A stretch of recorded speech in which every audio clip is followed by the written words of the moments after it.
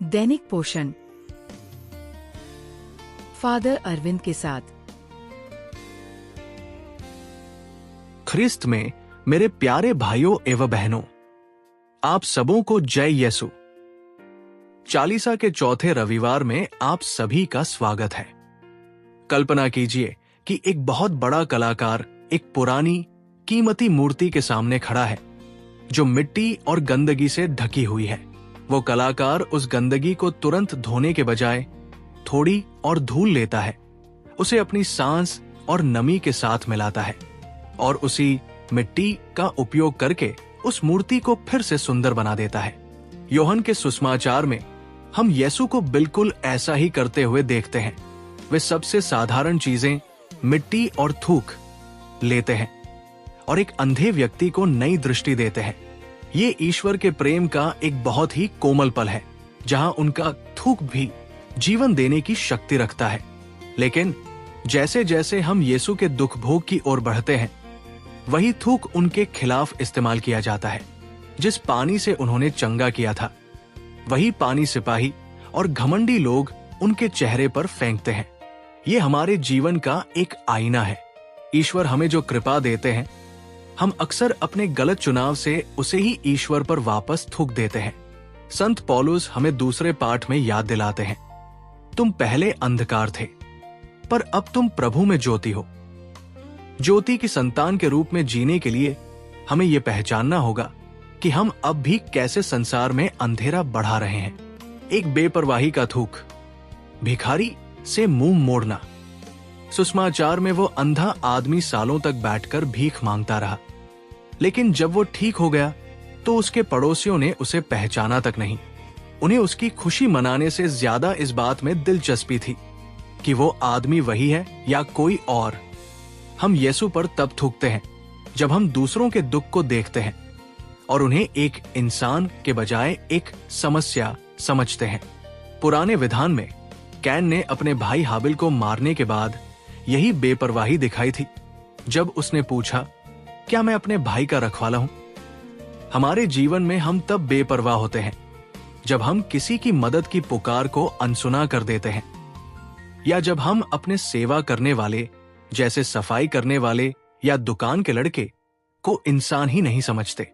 हर बार जब हम अपनी सुविधा को दूसरे की इंसानियत से ऊपर रखते हैं, तो हम बनाने वाले ईश्वर से कह रहे होते हैं कि उसकी बनाई हुई ये रचना, वो इंसान हमारे समय के लायक नहीं है। दो घमंड का थूक, ये कहना कि हम सब देखते हैं।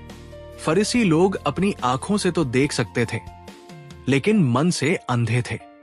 उनके पास मूसा की व्यवस्था थी, लेकिन उन्होंने उसका उपयोग अपने घमंड को बचाने और उस गरीब आदमी को चोट पहुंचाने के लिए किया। उन्होंने उससे कहा, तू तो पाप में पैदा हुआ है और क्या तू हमें सिखाएगा?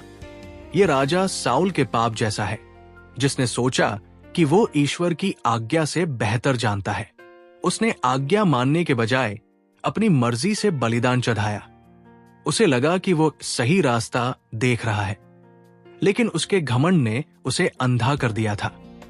हमारे जीवन में हम यीशु पर तब थूकते हैं जब हम धर्म के ज्ञानी बन जाते हैं, जो दूसरों के पापों का न्याय करते हैं, लेकिन अपने पापों को भूल जाते हैं।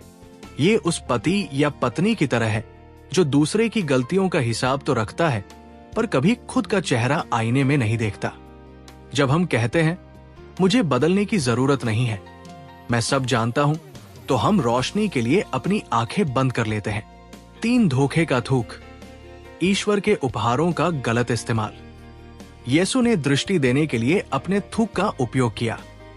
बाद में यूदास ने, जिसने हर चमत्कार देखा था और उनके साथ भोजन किया था, एक चूमने के निशान का उपयोग किया जो प्रेम का प्रतीक है, ताकि वो यीशु को मौत के हवाले कर सके। उसने एक सुंदर चीज को एक बुरे काम के लिए इस्तेमाल किया। हमारे जीवन में हम यीशु पर तब थूकते हैं जब हम उन गुणों, शरीर और धन का उपयोग अपनी बुरी आदतों को पूरा करने के लिए करते हैं जो उन्होंने हमें दिए हैं। हम अपनी जीभ, जो प्रार्थना के लिए है, का उपयोग दूसरों की बुराई करने और उनका नाम खराब करने के लिए करते हैं। हम अपनी बुद्धि, जो सत्य के लिए है, का उपयोग दूसरों को ठगने के लिए करते हैं। हम अपने जीवन के समय और शक्ति को लेकर यीशु को उसे सुंदर बनाने देने के बजाय जानबूझकर बार बार पाप करके उसे वापस उन पर फेंक देते हैं। जन्म से अंधे उस आदमी को न केवल आंखों की रोशनी मिली, बल्कि उसे अकेले खड़े होने की हिम्मत भी मिली जब दुनिया ने उसे बाहर निकाल दिया। यीशु ने उसे फिर से ढूंढा और पूछा, क्या तुम विश्वास करते हो?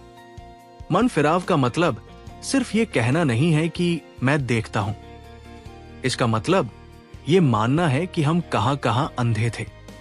ये समझना है कि हर बार जब हमने अपने पापों से स्वर्ग की ओर थूका है, यीशु वहां खड़े थे ताकि वे उसे सह सकें, उसे धो सकें और हमें फिर से क्षमा कर सकें। आइए हम अंधेरे के चेले बनना छोड़ दें और ज्योति की संतान बनकर जिए। आइए हम अपने अतीत की मिट्टी को उस महान कलाकार के पास ले चलें और उनसे कहें कि वे न केवल हमारी आंखें खोलें, बल्कि हमारे हृदय को भी बदल दे।